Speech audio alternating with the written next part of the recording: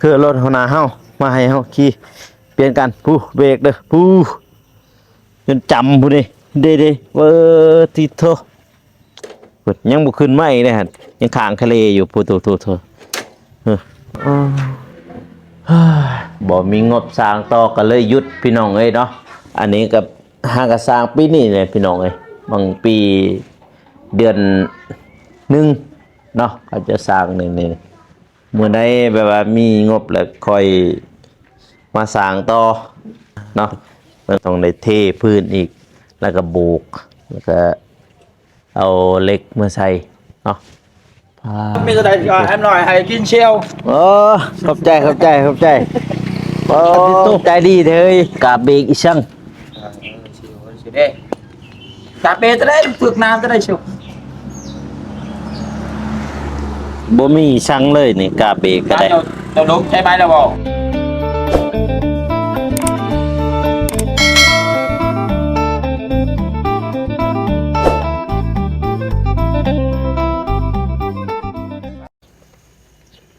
ว้าทีโทพี่น้องเลยเนาะเปิดภาพมาอยู่ที่บ้านคือเก่าน้องเลยเนาะอยู่ที่บ้านลิเจืองเมืองปากซองเนาะเป็นบ้านของเบาโกนั่นเองเด้อพ่อแม่พี่น้องเลยเนาะตัวมื้อนี้ก็สิพี่แหละสิเอามอไซค์คันนี้แหละพี่น้องเอ้ยเนาะจะออกเดินทางไปถ่ายคลิปให้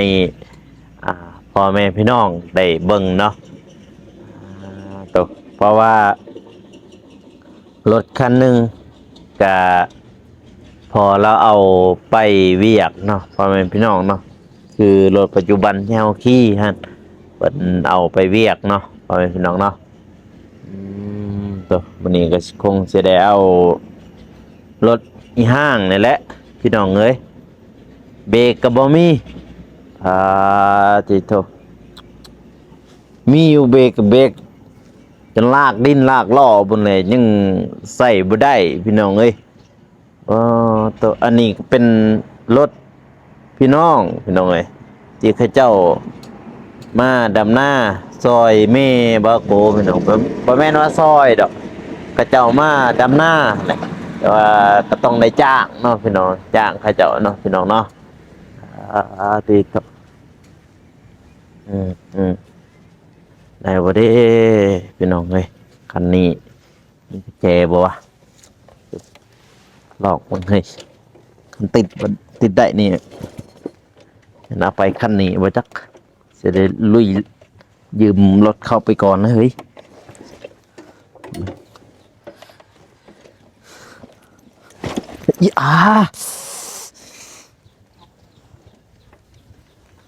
เจ็บป่ะ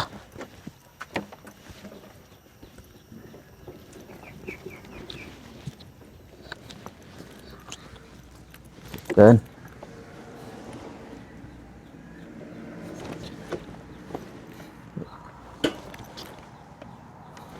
เฮ้ยโอ้ยติดจังไหนแล้วบัดนี้น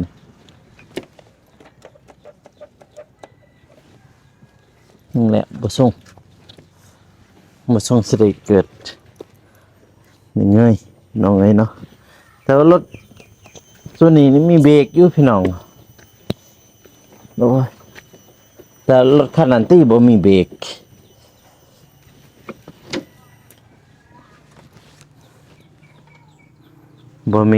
คันนี้ติดต่อกราบสบายดีและสวัสดีเด้อพ่อแม่พี่น้องเนาะบ่ว่าอยู่ภายในหรือว่าต่างประเทศก็ยินดีต้อนรับเขาสู่ช่องบ่าวโกชนบทสปป.ลาวเด้อพ่อแม่พี่น้องเอ้ยเนาะที่โทอุกแห้งตอนนี้พี่น้องจักสิเอารถคันใดก็บ่แม่นของเฮาพี่น้องเนาะก็คือคันนี้ก็บ่แม่นของเฮาเป็นของพี่น้องที่เขาเจ้ามาดำหน้าเนาะอันนี้ก็คงพี่น้องคือกันพี่น้องเอ้ยเนาะติโตอันนี้ก็คือรถหัวหน้าเฮามาให้เฮาขี่เปลี่ยนกันผู้เบรกเด้อผู้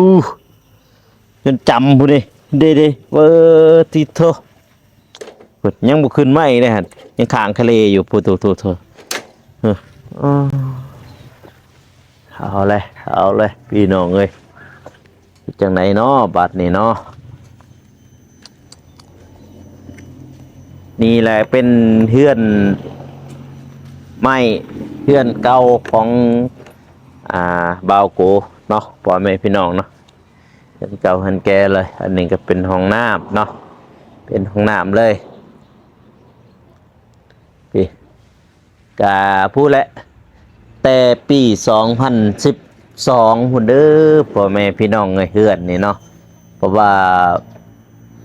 บาวโกย้ายมาอยู่นี่เนาะพี่น้องเนาะก็คือเขาเจ้าจัดมาให้อยู่นี่เนาะพี่น้องเนาะแต่ก่อนก็ผู้อยู่ในผู้เขาเป็นด้านในเป็นพี่น้องเลยเนาะใครย้ายมาอยู่นี่พี่น้องเนาะก็บาวโกกับบ่มีหยังมากมายพี่น้องเลยเป็นคนจนคือกันเนี่ยเป็นเฮ็ดหัวเฮ็ดสวนคือกันพี่น้องเนาะคนก็เป็นน้ำสร้างพี่น้องนี่สายไฟไปนำสร้างนี่ก็เล่าเขาเนาะเล่าเขาก็ยังบ่หลายหรอกพี่น้องเลยแต่ว่าอยู่เฮือนอยู่ซ่านนี่ก็บ่มีไผอยู่พี่น้องเลยเนาะแต่ละมื้อก็บางที่ก็พอเบาโกกับเบาโกถ้าว่าเบาโกมาแต่ถ่ายคลิปก็มีแต่2คนเท่านั้นเนาะพี่น้องเนาะแต่ว่าพอเราบ่อยู่ก็มีแต่เบากูอยู่แบบง่ายๆคือเปลี่ยนกันเนาะบางที่เบากูบริมาแต่ถ่ายคลิปสมมติว่ามันเด็กนะถ่ายคลิปอยู่ผู้ท่าแตงมันเด็กก็กลับมาทางนี้บ่ได้ก็คงได้นอนท่าแตงบางทีพอเราอยู่ผู้เดียวเนาะเอาง่ายๆก็ในครอบครัวตอนนี้ก็4 คนหาน้องก็ไปหาหับจ้างอยู่ผู้ต่างเมืองต่างแพงพุ่นเลยพี่น้องเอ้ยก็ได้สร้างครอบครัวเรียบร้อยเนาะพี่น้องเนาะเพิ่นก็อยู่เฮือนต่างแล้วพี่น้องเอ้ยเนาะจบบรรยากาศมื้อนี้ก็ดีเนาะดียิ้มแย้มแจ่มใสเลยทางบ้านบ่าวโกเด้อพ่อแม่พี่น้องเอ้ยเนาะอันนั้นก็เป็นเฮือนใหม่เนาะเป็นเฮือนใหม่ก็ติดกับน้องเพราะว่าเตกี้เนาะเตกี้แต่ปี2012ฮะพอมันเป็นหนองน้ำพี่น้องแถวนี้เนาะมันเป็นหนองใหญ่เลยผู้ใดมีเงินก็เขาจะน่าจะทมเนาะพี่น้องเนาะเอาซื้อดินซื้อดอนมาทมเนาะผู้ใดบ่มีก็เป็นน้องจังซี่เลยอันนี้ก็เป็นน้องบักใหญ่พี่น้องเนาะคืออันนั้นเป็นเฮือนของบ่าวโกนั่นเองพ่อแม่พี่น้องเลยสร้างกับผู้เลยตั้งแต่ปี2020พุ่นเลย5 ปีเลยยังบ่ไปบ่มาก็คือบ่มีงบสร้างต่อเนาะพ่อแม่พี่น้องเนาะเดี๋ยวเฮาไปรีวิวออบๆให้พ่อแม่พี่น้องได้เบิ่งได้ชมเลยเนาะพี่น้องเนาะไปโอ้ยรถเท่านี้ก็ได้รถเฮาก็บ่มีฮอดเบรกพี่น้องเลยเนาะเพราะว่าเบรกเบิดแห้งเด้เพราะในเฮือนก็มีแต่2 คันเท่านั้น2 คันอีกคันหนึ่งก็เขาเอาไปคนหาแล้วเอาไปพี่เบี้ยโอ้ยเบรกรถก็ได้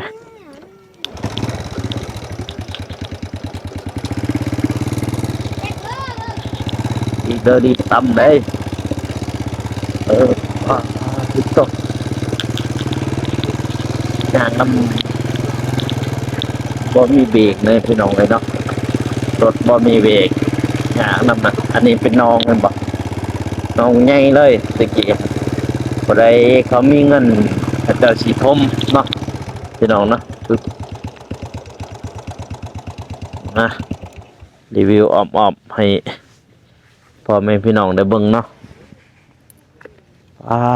ติดตัว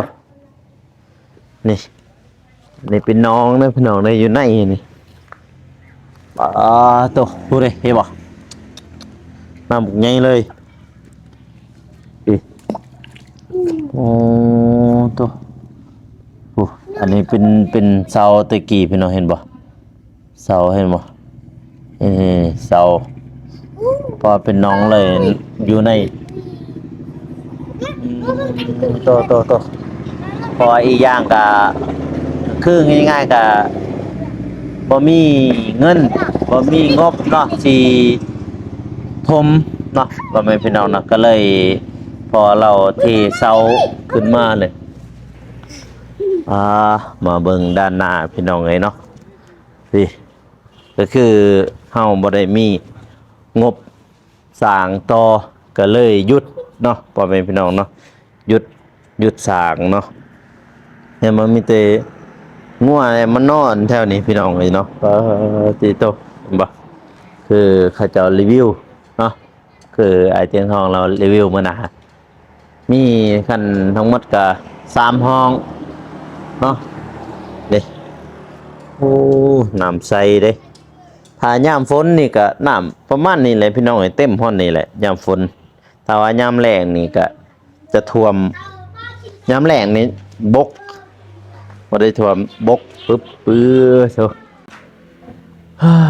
บ่มีงบสร้างต่อก็เลยหยุดพี่น้องเอ้ยเนาะอันนี้กับหากสร้างปีนี้เลยพี่น้องเอ้ยบางปีเดือนหนึ่งเนาะก็จะสร้างนี่มื้อใดแบบว่ามีงบแล้วค่อยมาสร้างต่อเนาะเบิ่งพอเราเฮ็ดเองอันนี้ป้องเยี่ยมนี่พี่น้องเราเฮ็ดเองบ่ป้าตัวเห็นบ่ตัวนี้นี่เป็นหาทมนี่หาทมพอนี่นี่ฮอนี่อันนั้นบ่ได้ทมเลยบ่นะแห้งเลิกบ่นะพี่น้องเอ้ยเนาะนี่เป็นเลิกเลยทางนี้นี่อยากว่าบิดหัวพุ่นแล้วพี่น้องเอ้ยมันน้อยๆได้ความสูงเลิกบิดหัวพุ่นแล้วโอ้ปาตัวเฮาบ่มีงบก็เลยบ่ได้สร้างต่อเนาะพ่อแม่พี่น้องก็เลยหยุดนั่นเองเนาะเบิ่งติอืมมีแต่งัวแหละมานอน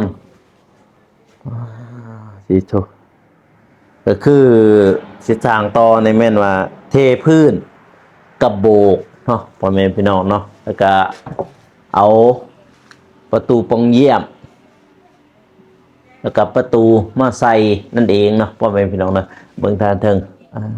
ก็ห่างกับเฮ็ดปีนี้พี่น้องเอ้ยก็คือตอนนี้ก็จะได้งบก็คือโบกกับเทพื้นน้องเทพื้นก็คือเททางหน้านั่นแหละพี่น้องเนาะเพราะพื้นนี่ก็ยังบ่ทันได้เทนี่พื้นยังบ่ทันได้เทเด้มาเบิ่งห้องนี่ก็จะกว้างอันนี้น่าจะเป็นห้องพ่อกับแม่นี่แหละพี่น้องเอ้ยห้องนี้เนาะห้องใหญ่เลยห้องนี้เพราะว่าติดกับแม่น้ำเดี๋ยวเป็นน้องเนาะพ่อแม่พี่น้องตะกี้เนาะผู้เห็นบ่นี่แบบนี้เพราะว่าบ่ฮู้แบบของพอเบากูเล่าเฮ็ดเฮาก็ตอนนั้นเฮายังน้อยๆนี่พี่น้องเอ้ยตอนเราสร้างขึ้นหั่นเฮาก็ยังน้อยๆนี่แหละว่าท่านฮู้ว่าเป็นแบบของเฮือนแบบใดเฮาก็ยังบ่ทันได้ฮู้เนาะพ่อแม่พี่น้องเนาะพี่เบิ่งเป็นน้องนี่เบิ่งได้สิโยนหินให้เบิ่งให้พ่อแม่พี่น้องได้เบิ่งนี่ความเลิกพุ่นน่ะเห็นบ่ดีโตเลิกเติบก็คือชายแดนดินนั่นฮอดนี้พี่น้องตามหัวนี่เลยนี่ตามหัวนี่ดินอันนั้นเป็นเนือนเก่าเนาะพ่อแม่พี่น้องผู้ใดมีเงินเขาเจ้าก็สิทมคือจังซี่พี่น้องเอ้ยผู้ใดบ่มีก็ปล่อยละเลยเป็นจังซี่พี่น้องน้ายามฝนจังซี่โอ้ยความยามแล้งนี่แม่นบกพ่อแม่พี่น้องเนาะดีโตก็คือง่ายๆก็เฮาบ่มีงบสร้างต่อก็เลยได้โจ๊ะซ้ำนี่เนาะพ่อแม่พี่น้องเนาะมาเบิ่งตะปูก็หลายบ่ยันเหยียบตะปูบ่จนเหยียบตะปูได้มีแต่งัวแล้วมานอนงัวเขาเจ้ามานอนพี่น้องเอ้ยปุ๊บอันนั้นเป็นด้านหน้าก็คือ ก็คือแม่เราอยากได้ประตูเหล็กที่ดึงลงดึงขึ้นนั่นพี่น้องเอ้ยเราอยากได้ดึงลงดึงขึ้นบอนนี้เราเสียดเนาะพ่อแม่พี่น้องเนาะอ่าตัวก็ต้องได้เทพื้นอีกแล้วก็โบกแล้วก็เอาเหล็กมาใส่เนาะพาที่โตเพื่อนครัวบางทีน่าจะต่อไปเบื้องนั่นพี่น้องเอ้ยเนาะ เฮือนก็เป็นเฮือนทรงโมเดิร์นเด้อพ่อแม่พี่น้องเนาะเฮือนทรงโมเดิร์นเนาะนี่ให้พ่อแม่พี่น้องได้เบิ่งเนาะก่อนสิไปทำงานก็สิทายให้พี่ให้น้องได้เบิ่งเฮ้ยอย่าไปลิ้นหัวลิ้นผู้เมื่อไปมันไปควัดดินลงดินเลยเด็กหน่อยนี่ก็คือจังสี่เลยพี่น้องคือเบาเตียงเพิ่นว่าเบากูคือบ่ซื้อปลามาปล่อยใส่สระหลุมเพิ่นปล่อยก็คือเก่าเลยพี่น้องเอ้ยเด็กน้อยมันหลายเท่านี่ว่าเด็กน้อยเพิ่อผู้ใหญ่ผู้เฒ่าผู้แก่เขามาหลักก็มีเนาะเอาบ่ฮู้เขาดอกเขาเจ้ามาหลักเอาปลาเนี่ยถ้าว่าปล่อยปลาเพื่อเจ้าของสิบ่ได้กินซ้ำก็คือจังซี่แหละพ่อแม่เบาโกเราบ่ได้อยู่เด้แม่เราบ่อยู่เราเมื่อหน้าเพิ่นนอนหน้าเมื่อคืนเราก็นอนหน้า2-3มื้อเทื่อเราจึงมาหั่นน่ะ2-3มื้อเทื่อจึงมาก็บ่มีไผยามบ่มีไผเบิ่งบ่มีไผดูแลเด็กน้อยเขาเจ้าสิมาลักปลาฝนมาแล้วพี่น้องเอ้ยหน่อยปอกๆเลยเด้อพ่อแม่พี่น้องเอ้ยทางปากซองนี่มาแล้วโอ้โห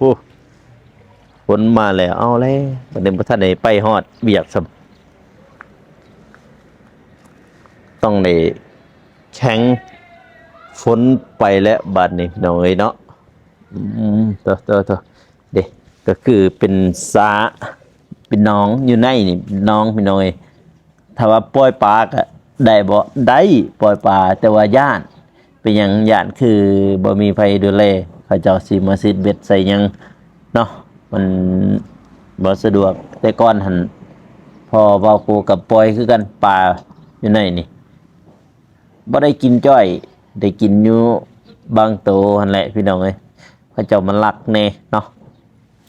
ประมาณนี้เลยพี่น้องเอ้ยผู้ใดไกลไปไกลมากก็มาแวะมาเยี่ยมเบิ่งทางบ้านเบาโกได้เด้อพ่อแม่พี่น้องเอ้ยเส้นทางในเลขที่13เนาะลงไปสู่ท่าแตงพี่น้องเอ้ยเนาะนี่ไปท่าแตง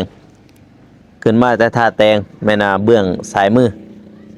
ลงมาแต่ปากเซปากซองแม่นาเบื้องขวามือเนาะพ่อแม่พี่น้องติดกับต้นกกอันนี้นี่เจอกกอีกยังเนี่ยอยากเป็นคือกกไม่ดูไล่แหละเนาะคลิปนี้กับเบาโกก็คงได้เดินทางต่อไปเนาะพ่อแม่พี่น้องเนาะฝากเป็นกำลังใจให้เบาโกเนี่ยเด้อพ่อแม่พี่น้องเอ้ยเนาะสำหรับคลิปนี้ก็มาถ่ายบ้านให้พ่อแม่พี่น้องได้เบิ่งได้ส้มเนาะทางเฮือนซ่านของเบาโกเนาะก็FCทุกคนก็อยากเห็นเฮือนซ่านเบาโกเนาะพ่อแม่พี่น้องเนาะก็ถ่ายให้พ่อแม่พี่น้องได้เบิ่งได้ชมว่าตอนนี้ไปขั้นตอนฮอดได้แล้วก็ถ่ายให้เบิ่งเมิดพี่น้องเอ้ยเนาะตั้งแต่เฮือนเก่ามาอยู่เฮือนใหม่เนาะสิโทเปิดภาพใหม่พี่น้องเอ้ยมาฮอดห้านซ่อมแปลงมาแปลงบ่แปลงบ่ได้กี่ลากลอกลากตะพื้ห้อยลากใช่บ่ห้อยลากจ้าแต่ที่เจ้าตอนนี้เบาโกมาหอดท่าแตงแล้วเด้อ FC เด้อทุกท่านเนาะติดโตมาหอดท่าแตงมาหาดซ่อมแป้งหันเบียดคือเก่าหานคำจอยติดกับตลาดมาแปลงรถแปลงหลางเบาโกมาแปลงนำเพิ่นตลอดเนาะพ่อแม่พี่น้องเนาะเป็นคนชนชาติเวียดนามพี่น้องเลยเนาะมาแปลงรถเบรกโอ้ ดูจำเลยจำเลยตังโบอยูเลยนะเมื่อกี้นี่หลากหล่อตะบึดตะปื้อแถวทึกต้องได้เปลี่ยนกาบเบรกใหม่เนาะเปลี่ยนกาบเบรกใหม่พี่น้องเอ้ยแต่บ่ฮู้ว่าราคาเท่าใดท่านได้ถามเพิ่นค่าแต่งก็คือ เบิ่งท้องฟ้ามืดครึ้มพี่น้องเอ้ยผู้ตกอีกแล้วว่าจักมือนี่สงสัยอยู่นี่แnhẹเลยนี่สงสัยได้ตกคักมือนี้พี่น้องเอ้ย มาแปลงรถเฮาเพราะว่ารถคันหนึ่งหัวหน้าเราเอาไปเซ่พี่น้องเมื่อเซ่คนน่ะรถคันนี้บ่มีเบรกจำเป็นต้องได้มาเปลี่ยนกาบเบรกใหม่พี่น้องเลยเนาะสิครับเบิ่งมื้อนี้ก็ฝนก็น่าจะตกอีกแล้วเป็นรถมีกระดาษแอมหน่อยให้กินเชียวโอ้ขอบใจโอ้ใจดีเถยใจดีเดี๋ยวเชียวให้เอ็มลอยมาอีกมันอาจจะเอาทุเรียนมาให้ท่านน่ะ แล้วก็ได้เจ้าหยันนั่นแล้วจักเดี๋ยวได้เรื่องหยากเลยเชียวเว้ยเรื่องหยากไปมันได้สั่งอยู่บอกเครื่องพยายามบอกเขายังสั่งรู้แต่จะมีเครื่องมันอสั่งอยู่เบรกน้ำเลยบ้าสั่งอยู่ที่นั่นว่าเรือโนยยัวน้อยบ้าโดยจะเป็นก่อนมันดีกว่าพี่กันแน่บุญยังไม่พี่นี่กันทางนาเจอจะได้นาเจาหาเราหาบึงก่อนเพราะว่าเราลงมาเช่เราปลุกเราจะหาจากที่เวลานาเจอเรื่องของเจ้าแล้วเรื่องของญี่ปุ่นไม่คงไทยผมไม่คงเวียดโดยบีบากก็มาแปลงเลยเปลี่ยนกาเบรกเท่าไหร่เปลี่ยนกาบมันบอลหรือเปลี่ยนยังไงผ่านเที่ยว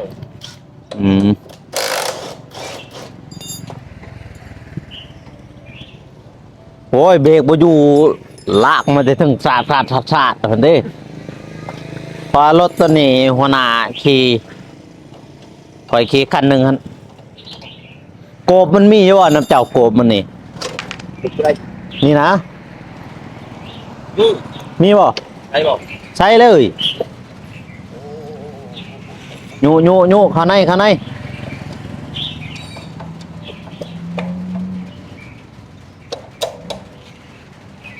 ฝนตก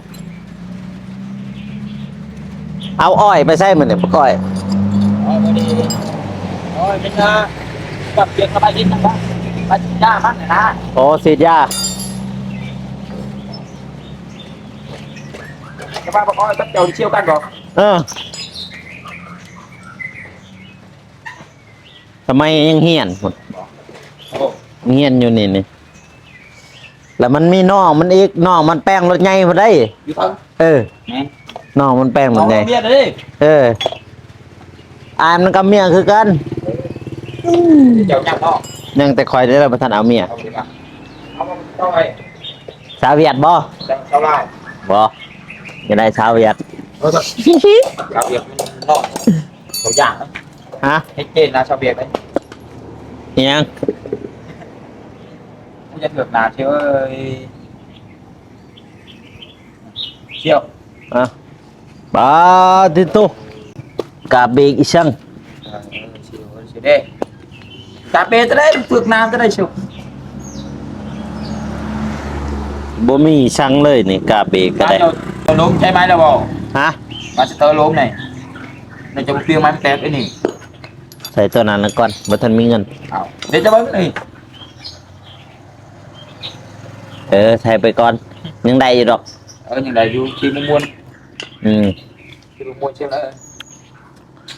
กาเบกพุ่นนะโหดิโตเบรกยังไงก็บ่อยู่ดอกนี่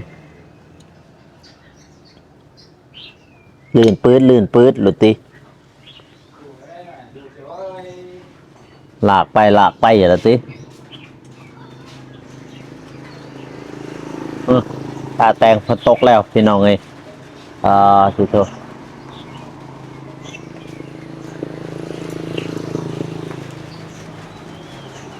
โต ตกคู่มือนี่ท่าแต่งนี่เอ้ย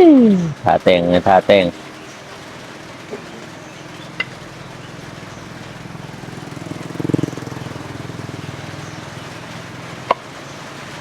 แซ่นกจะโอ้ลายเลยนกตัวนี้เนาะนกเรามันจะนกเปลียวนกหัวแหลมโอ้เด้กระตาเห็นแล้ว จะมีน้อยได้ ฮะ ต้องลุกลิ้นได้อะไรเถอะลุกลิ้นให้ลูกกาที่ไม่ต้องลุกเกียดเด้อ ผมเป็นพันธุ์เป็นเราแล้ว นกเวียดนกเปลียว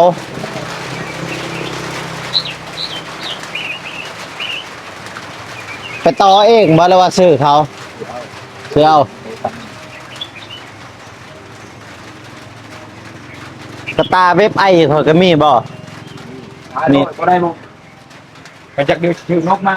ทานถือแล้วเรียกกับพวกเรา มักแต่มันห้องนอกนกเปลียวนี่ โอ้ยตัวนี้ตั้งเลย มันห้องคักนี่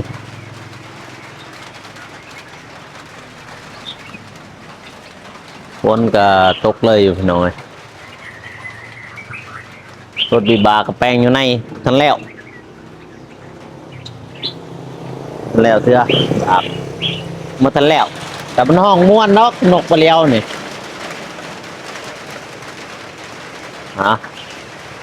คลิปนี่กับเบาโกกับสิจบอยู่ที่มองแปลงรถอยู่เลยเด้อพ่อแม่พี่น้องถ่ายต่อกับยันหลักไรเนาะพ่อแม่พี่น้องเนาะวันนี้เราก็คงเดินทางแต่บ้านพอแหละมาหาท่าแตงแล้วก็สิไปผู้ทางบ้านน้อง